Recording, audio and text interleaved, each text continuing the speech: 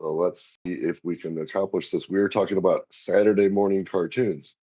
Now, I pulled this up from Google. Saturday morning cartoons largely disappeared due to the implementation of the Children's TV Act in 1990. So basically, Saturday morning cartoons were from the 70s all the way through the 80s, I guess basically up into the 90s. And then the government basically told everybody that they have to have 4 hours of children's programming a week. And they didn't want to, they chose to do that and replace the Saturday morning cartoons. I am linking this to Twitter Spaces, and this is my first time doing this. And I don't really know if my sound is working. And let's see.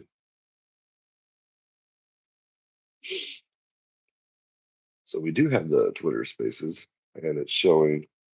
I wonder how we can get this picture in picture.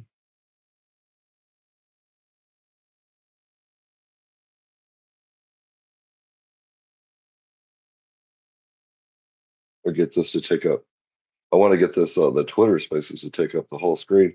But yeah, if anybody is out there, I guess I have about 1,000 or 850 on Twitter, and then I have about 1,500 on YouTube. I am not the most popular person in the world. Um, so my I remember they used to have the A team. They had the rock and wrestling with the WWE. One time I got to meet Hillbilly Jim, and he was on the rock and wrestling show. And he was at this buffet that I worked at called Ellendale's in Nashville, Tennessee, kind of in the Donaldson area. Anyways, to make a long story short, Hillbilly Jim came in and ate, and I got to wait on him. And I ended up getting his autograph, and I told him that he was my favorite person on the Rock and Wrestling uh, kids morning wrestling show. It was like a cartoon, they had some music, and then they showed a little bit of wrestling. But yeah, I got his autograph, and my boss said that I wasn't allowed to get people's autographs because a lot of people famous came in there. And she said, I don't care if a Reba McEntire comes in here, you're not allowed to get autographs. And I was like, I don't care if a Reba McEntire comes in here. That was Hillbilly Jim. And when I told him that he was my favorite wrestler, he started crying. I guess he had had a really hard life. He was telling me that he only made like $100,000 the whole time he was on wrestling, and he got left with millions of dollars worth of hospital bills, and his back was hurting. Okay, so yeah, he did try to buy some. He tried to buy some mushrooms off of me. Honestly, I don't know why someone. Do I look like this person to buy mushrooms from? But this was like this is like 20 years ago. So we have no one in the Twitter Spaces. But this was like 20 years ago. But it looks like everything is working. So basically, this is kind of an experiment. I'm just trying to see if I can do this. Link together my YouTube and my Twitter Spaces. Uh, Maybe next time I will let people know they can come on the show. I would love for anybody out there to come up in the space and uh, and just let's talk about cartoons. Um, I'm gonna try to just talk about things that I know a lot about. One thing that I want to say is I did a deep dive into He-Man. I don't know if you know who He-Man is. He's the guy with the blonde haired mullet. He-Man would fight Skeletor. and that was what their cartoon was mainly about. But I guess one of the things that I want to point out, because I was going deep into the He-Man iceberg, is that there was three different storylines basically. There was the cartoon version of He-Man, which actually was like it was set up like capture the flag. You actually had to get both of He-Man had one sword, like a half a sword, and Skeletor had the other half a sword.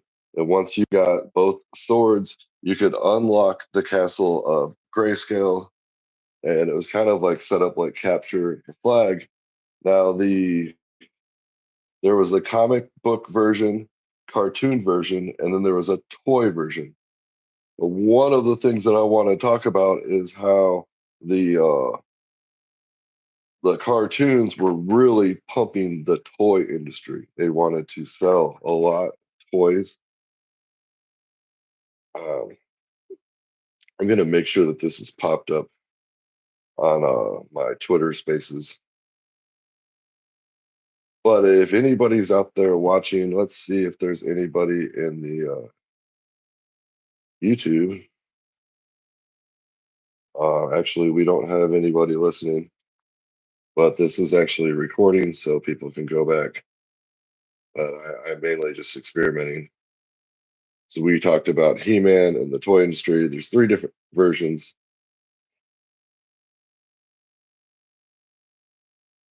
All right, I'm gonna go on my other account and see how this sounds. Okay, yeah. One of the things about I'm pretty big into crypto right now. What's really important is that you kind of have a laser eyes and stay focused because right now there are so many distractions out there. You will, I mean, dude, I don't know. I I have high blood pressure, so I just try to block out all the bullshit basically. So I mean, you can get into all this stuff, and um, I really don't want to talk about the politics, but some of the stuff is completely crazy that is going on in the politics. So actually, I'm getting my other account as a listener. All right. Okay, we're not going to try to do an echo, but yeah, it looks like everything works. So what I'm going to do is I'm going to Google Saturday morning cartoons,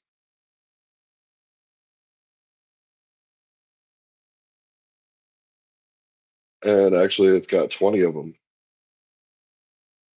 So, like I said, if anybody wants to talk here, let's go. Scooby Wooby Woo is actually number one on the list, and I love Scooby Doo.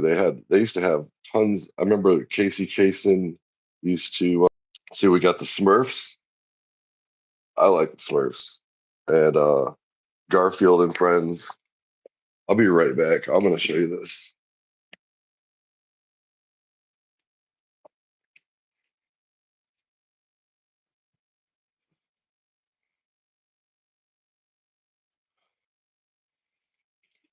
But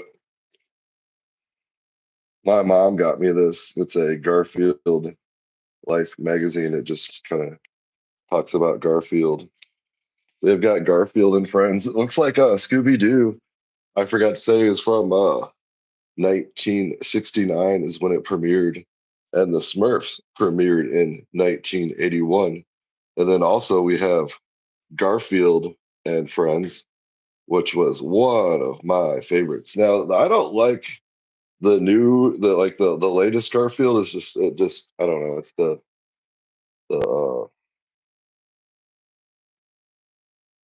the new type DEI woke Garfield, um, which isn't really funny. Anyway, so we've got the Teenage Mutant Ninja Turtles from beginning in December 10th, 1987. And actually, the last Ninja Turtle movie did not suck because It had Ice Cube in it, and nothing sucks with Ice Cube in it. And then we also have the Jetsons, which the Jetsons started in 1962, which was one of my favorite shows. Oh, and then we've got Alvin and the Chipmunks from 1983. And then we also have the okay, so that was 19 or did I say 1993? 1983 was the Chipmunks. I thought they were a little bit older. Remember, he was trying to get a harmonica so he could sing at Harmony or not Harmony. But anyways, let's move on. The Animaniacs. That was kind of like a Mickey Mouse in the cartoon. So we have DuckTales from 1987. Oh, this is one of my favorite. Hey, hey, hey, it's Fat Albert time. Actually, you won't see too much of that because that was a Bill Cosby, the Fat Albert show. Fix it. Maybe this will fix it. That always fixes everything. All right, and then we have the Tom and Jerry show. I don't know why it says premiere date 2014. That is definitely a typo because I know Tom and Jerry was definitely around in the 70s. There was who was the cat? Tom was the cat and Jerry was the mouse. Anyways, it was the cat and mouse. They would fight back and forth. And then we got Underdog. Have no fear was from 1964. And then we have Bobby's World from 1990. I guess that was actually kind of created. It's kind of funny now that I think about it, looking back, right after they came out with the this children's act, then they started making the adult cartoons. Like they made actually I Family Guy, all those more adult type cartoons. But back in the old days, these were these weren't like these were kind of made for adults if you really, really look at it, especially like the Terminator and the RoboCop one was kind of like nowadays that you would sit down your little infant child a RoboCop cartoon. Anyway, so we've got Darkwing Duck. I'm not too familiar with that, but it says that was from 1991. And then we have Recess, which I don't remember Recess. Spider Man, which I'm wearing a Spider Man shirt. Adam Ant. I don't remember Adam Ant. That was from 1965. And then we have Bugs Bunny and the Roadrunner show. That was from looks like it says The Real Ghostbusters 1986. Candy Camp. I really liked Candy Camp. That was John Candy, the actor's best actor ever. Just great personality. I guess I shouldn't say that because he was overweight. All overweight people have a good personality, don't we, girls? Oops, did I say that? Good thing no one is watching. Okay, we got He Man Masters of the Universe 1983. I remember when I was a little kid, I remember one year all I wanted was GI Joe, and then I remember when He Man came out, all actually I felt like I wasted it because I got all He Man for Christmas one year, and then the next year I went back to GI Joe, so I was all GI Joe, but you had to get all the GI Joe guys so you could fight, and then He Man just something didn't really click with me. I just felt kind of weird playing with He Man. I lost interest in it. And then we have the Johnny Quest.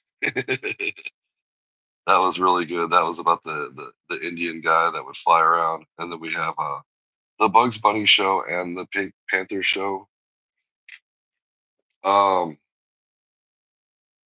like I said, I wanted to have someone come up on the show. So I've never had anybody come up on my show. Like this is one of my first times doing that YouTube and the I kind of figured it out. Before I had them both kind of running at the same time, but not linked together.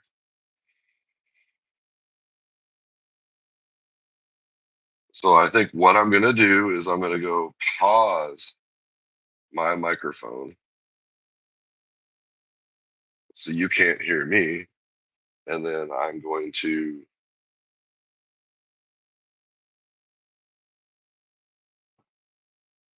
I don't know if that's gonna work because it's gonna hear this is gonna sound terrible on the live stream.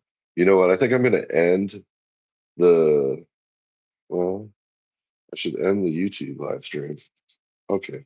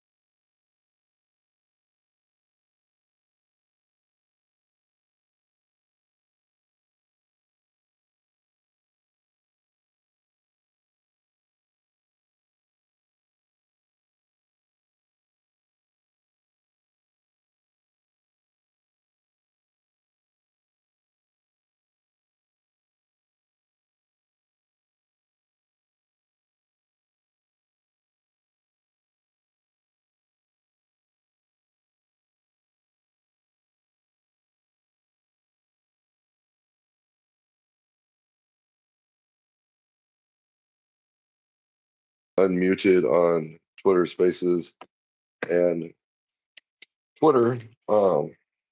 Listen to it. I'm not going to talk anymore about cartoons. I think I said enough. So I'm just going to end it right here. I hope you guys all have a great day. It is beautiful out. I'm about to go sit in my hot tub and try to get a tan.